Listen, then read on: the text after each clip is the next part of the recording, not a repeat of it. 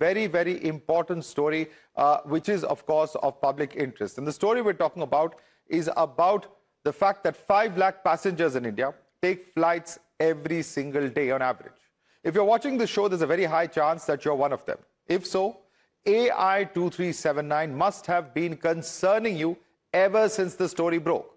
And the concern went through the roof when sources told Times Now the pilot in command has tested positive for marijuana. Shocking.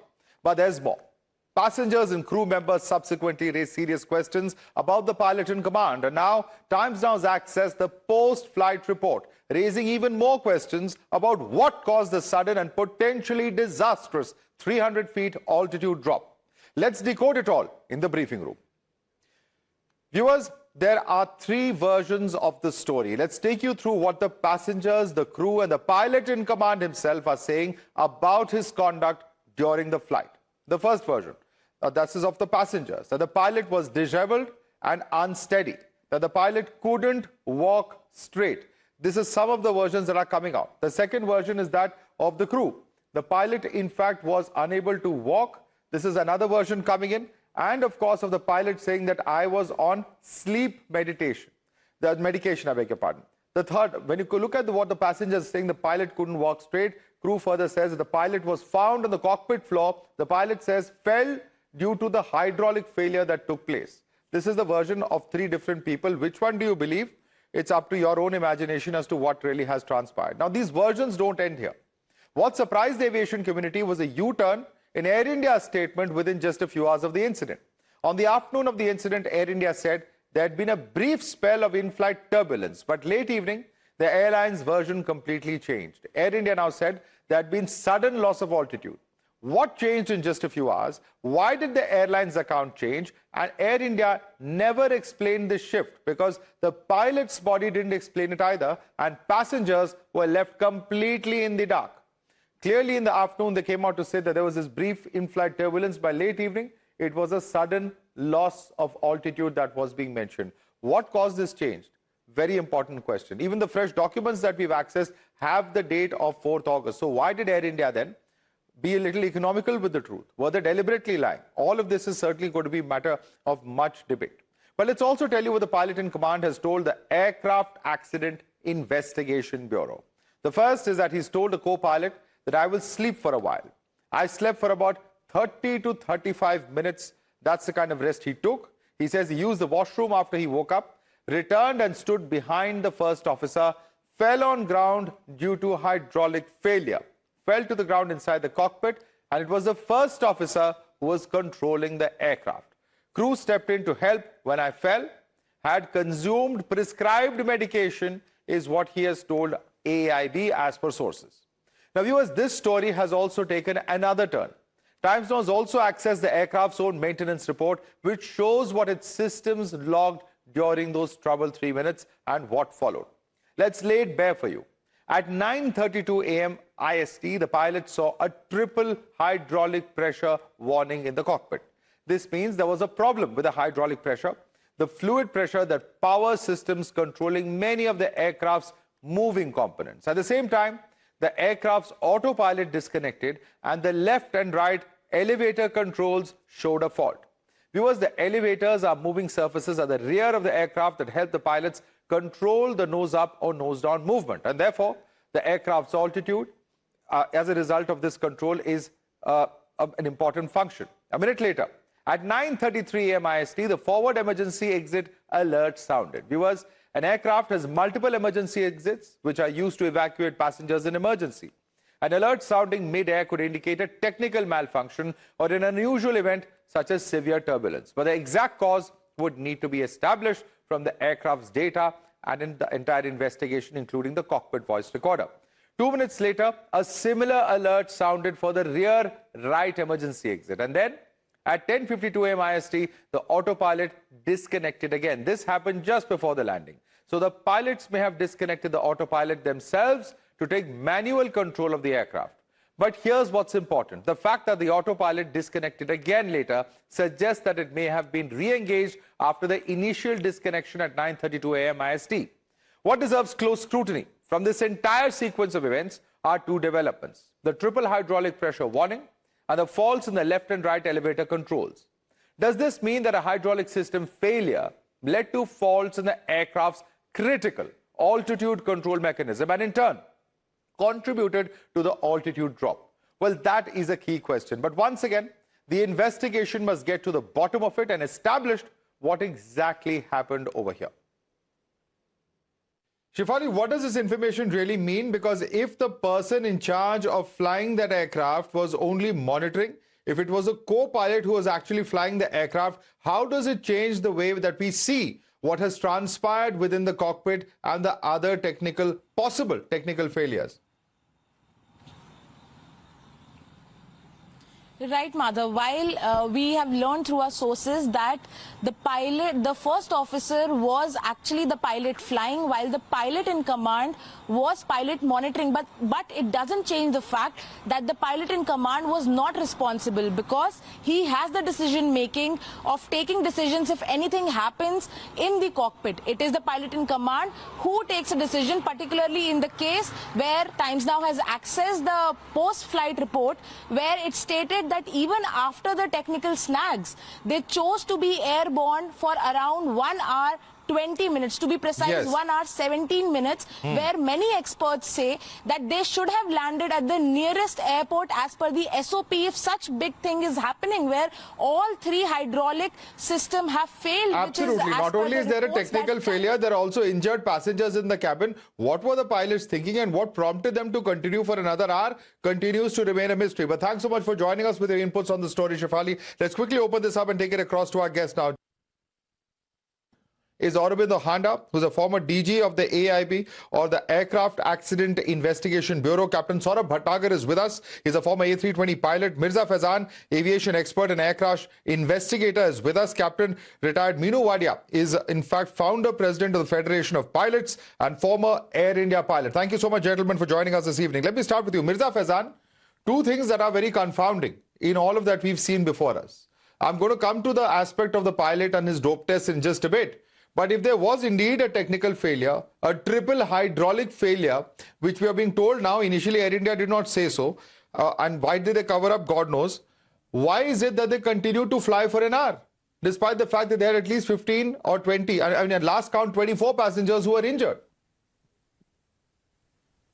Hi, good evening. Thank you for having me. Now, the decision to continue the flight operations or call for an emergency landing depends on the pilot. And that depends on the severity of technical issues, right? In aerospace industry, there are 5 different types of errors we have, level A, B, C, and D, and that's why there are 5 different types of systems. Level A systems are those systems which, if malfunction, the aircraft could crash. Level B systems are those systems which, if malfunctions, it may lead to a major injury. Level C systems leads to minor injury. Level D systems are those systems which, if malfunction, may not lead to any injury, but then it increases the pilot workload.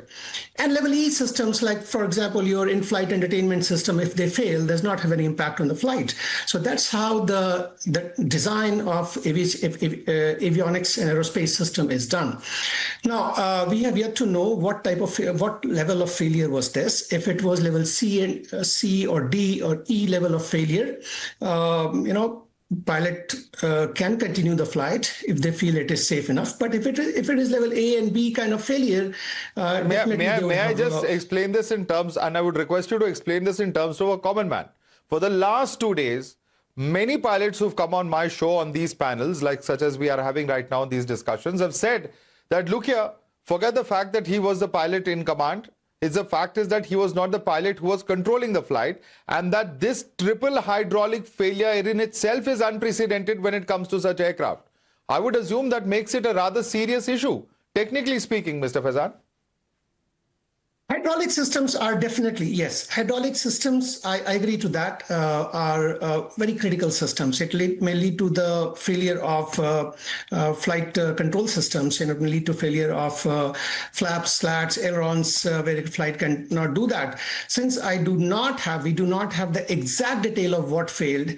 So triple hydraulic failure, yes, sounds scary, but I will be able to say, did the pilot do the right decision or they did not take the right decision only when we know the exact I'm not a detail of technical what expert, kind of but this hydraulic failure was. series of failures that I have before me, just raises the question about what exactly was transpiring, because from 402 to about 403, there are at least 11 such failures, whether we're talking about the hydraulic G system, hydraulic blue plus yellow, green plus blue, auto flap off, pilot off, multiple such failures of the hydraulics, the reservoir, low level. And let me bring in Mr. Aurobindo Handa on that. On the one hand, we can't have an argument that this is too serious an issue for the pilots to have handled. That is an argument we've heard. On the other hand, no, it is the pilot's call to continue for 1 hour. Can these two arguments go hand in hand in your view, Mr. Aurobindo Handa? See, Madhav, it is the responsibility of the PIC. Irrespective of the fact that who was flying or who was monitoring, it is the responsibility of the PIC for the safe execution of the flight. So, if this situation was there, which we are coming to know that there was a there were 3 levels of warnings, whichever. And at that point of time, if he thought that the few passengers have already been injured, I think he should have taken a call to divert. This is my view.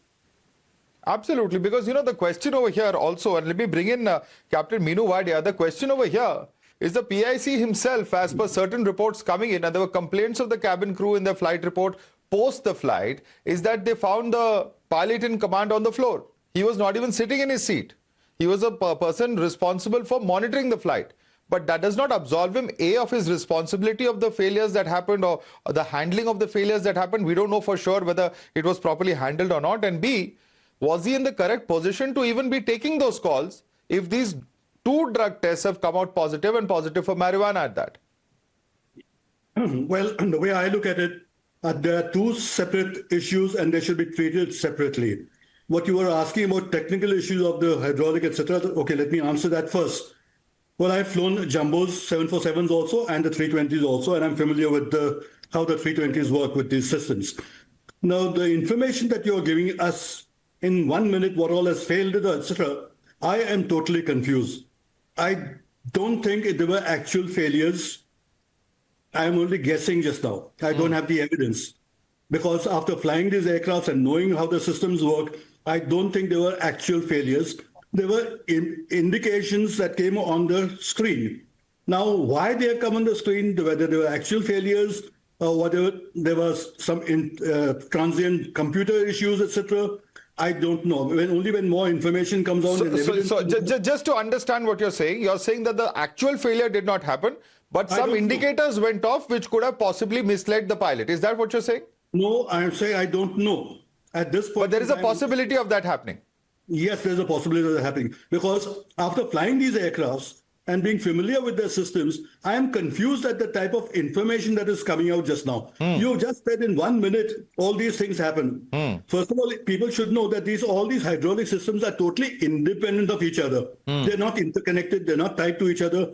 It is like you're getting the information, the computers, even the inputs to electrical power are separately coming into these hydraulic systems. And for me to believe that all 3 systems simultaneously failed immediately at that point in time, I find it very difficult to absorb and control. To my mind, I think that's a very, very interesting perspective that you're sharing with us, Captain Wadia. And let me take that thought across to Captain Bhatnagar.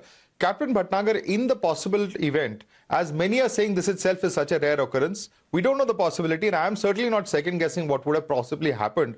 But if there are some false, warning lights that have gone on, indicators that have gone on, there are, for instance, the door, as far as the forward emergency exit, the aft emergency exit is amongst the warning lights that have gone on. The reservoir itself of the hydraulic system has gone off twice, and so on and so forth. Is it possible that the co-pilot, and I don't know how experienced this co-pilot is, but due to whatever reason, he may have panicked, and this entire event that took place of the drop in 300 feet. Please enlighten us. Is it possible that it was a sudden panic reaction to all of these indicators going off? What's the possibility of that happening?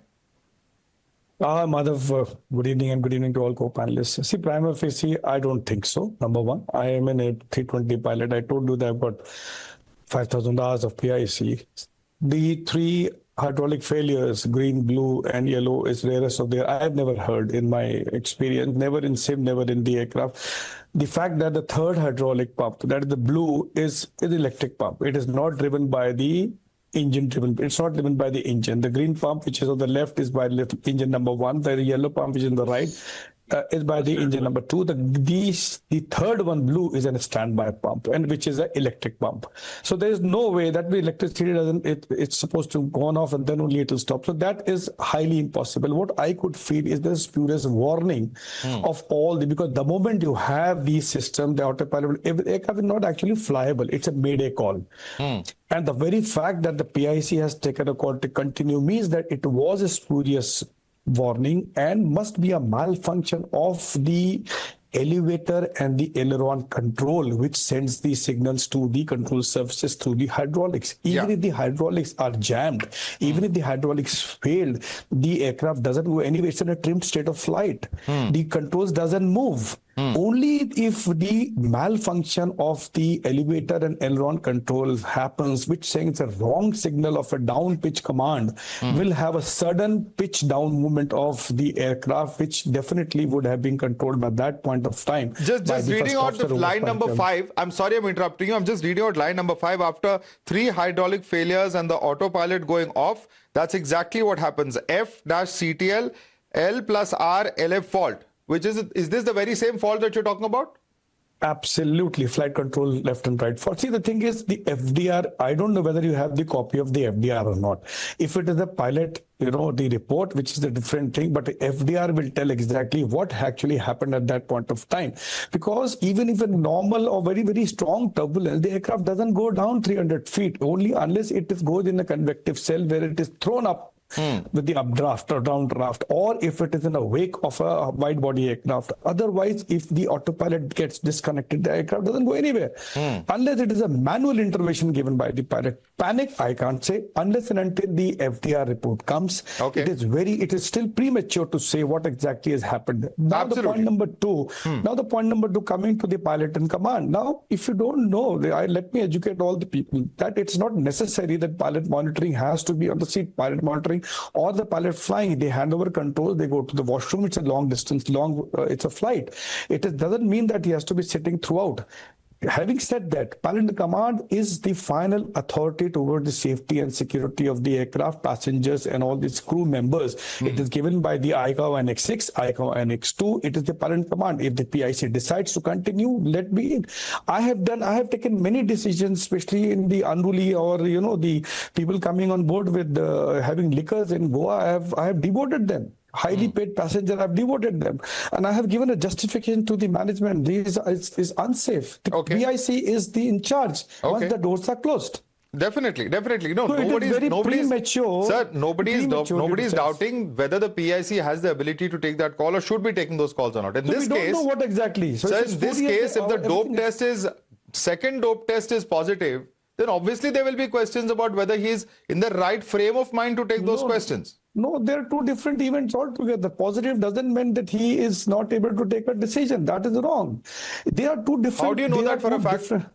How do you know that he has not partied the previous night before? Because marijuana is a recreational drug. It's not something that one takes for medication purposes. So now let the FDR report come, let the investigation happen, which is too premature for us to say anything about the pilot in command. What is happening behind in the flight deck? Nobody knows. Okay, so let me just play out for the sake of our panelists here, since a lot of people are coming out, and I can understand why they would want to, give cover fire to this pilot. Let's listen to what someone on our show just yesterday said about the use of drugs, and this person is a captain himself. Let's just listen into what he said yesterday. Actually, he has a record that he's consuming kind of drugs, but they are not disclosing his name. I know him past 7 years, this guy. He met me somewhere in flying time also. That time he was also toxic. So I just noticed that one day definitely he would become in this stage. And this thing is happened is the previous last flight when he is coming from Phuket to Delhi. So we have to be took is very serious as considerable that he should not come to be in this profession again. I have n number of people in my list, those who are habitual, but how they come safely from the medical test. This is really a question for the aviation industry. Mirza Faizan, you heard Captain Malik there on my show exactly 24 hours ago, and he says that this is something that is prevalent. I don't know, I'm not an expert, but he believes that there should be at least weekly testing for drugs. Do you agree with him or not? Absolutely, I agree with him. And yesterday also I made this point in another channel that aviation safety is not one person's responsibility. It's not only pilot responsibility. It's not only air traffic control responsibility. It's a systematic responsibility. The system has to be designed in such a way that, if one person fail, in the aerospace and aviation system, we design a system which is a fail-safe system. What do we mean by a fail-safe system design is that even if one component of the system fail, the system is still safe, right? So the question which was raised is like, how can a pilot take a drug and enter into the cockpit? Where is the system failing? We have to think on the system as well, rather than putting everything on the shoulder of pilot. Okay, Captain Wadia wants to come in because Captain Wadia, there are some reports that apparently, there was a friction between the captain and a crew member. They went out for a party in Phuket. The layover time was just about 24 hours. And within that time, this party happened where allegedly these drugs were consumed. That's the information that we've been given. It's out there in the public domain. I'm sure you've come across those reports as well. Your response to that, Captain Wadia? Yes, so many piecemeal information is coming out, and all this piecemeal information is confusing more people than ever. Now, let me make it as clear as possible. What the earlier pilot told you about the 320 aircraft is absolutely spot on. And let me divide these two issues. Suppose the pilot was in the same condition that you are explaining, and the aircraft had landed perfectly safely, and there was no incident, and no one was injured. In spite of that, I will never accept the fact that the pilot has been unsafe in the cockpit, and that is a separate issue totally, and action needs to be taken against the pilot after a proper investigation by competent authority. So let the pilot issue be totally separate. As far as the technical aspect is concerned, as you explained earlier, because so much information is coming out in piecemeal, I find it difficult after flying. Which is why, see, the point is that there is Air India itself first told us it's turbulence. They have a statement saying so. They later changed their version. So, everyone, you see, all stakeholders. So we can only put out the information from whichever sources are coming, whether it's DGCA, whether it is Ministry of Civil Aviation, whether it's Air India or whether it's AIB. The point is for the stakeholders to be responsible. And let me bring in that note, Mr. Aurobindo Handa. Mr. Aurobindo Handa, two issues. One, is it important for AIB to be issuing regular statements, at least preliminary information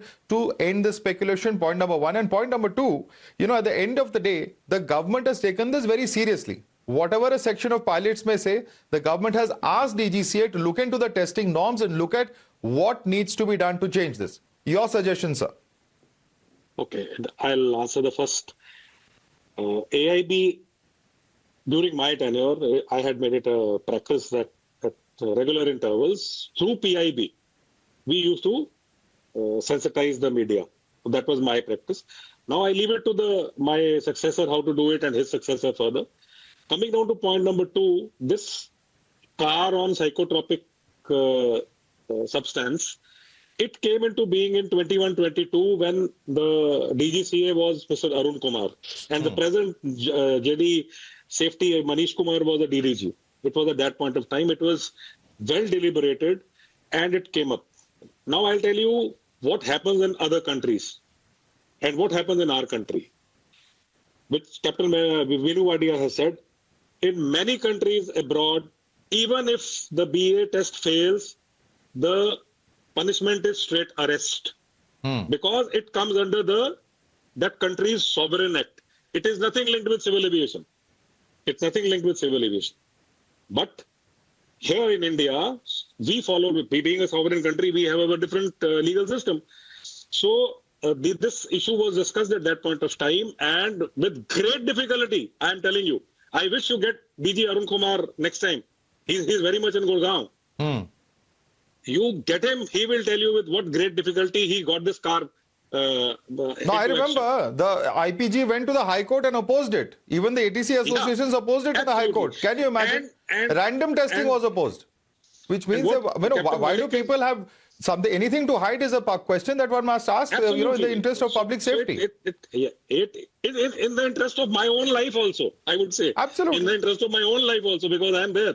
Absolutely. So we all have to be very open-minded, and as an administrator, I would say that the strictest of punishment India should also have it. Absolutely. And the examples are there. It's not like, the use of drugs by pilots is an alien concept. In the United States, there's a famous incident of someone who consumed certain hallucinogens, and after 48 hours, he could not sleep, tried to lunge and allegedly push some buttons trying to switch off engines when he was in the jump seat. This is a very widely reported incident. So I think this is a reality that the government has to wake up to. Our civil aviation authorities have to wake up to. And everyone, all stakeholders, whether it's pilots, airlines, safety regulators, everyone has to be on the same page to ensure that the possibility even of such an incident occurring does not happen again. There has to be deterrence. There have to be punishments. The first offense for, being caught using drugs cannot be rehabilitation. There has to be a far more stringent punishment. And I think it's time that the government changes that entire pattern. Aurobindo Handa, Captain Saurabh Bhatnagar, Mirza Faizan and Captain Meenu Wadia, thank you so much for joining us this evening.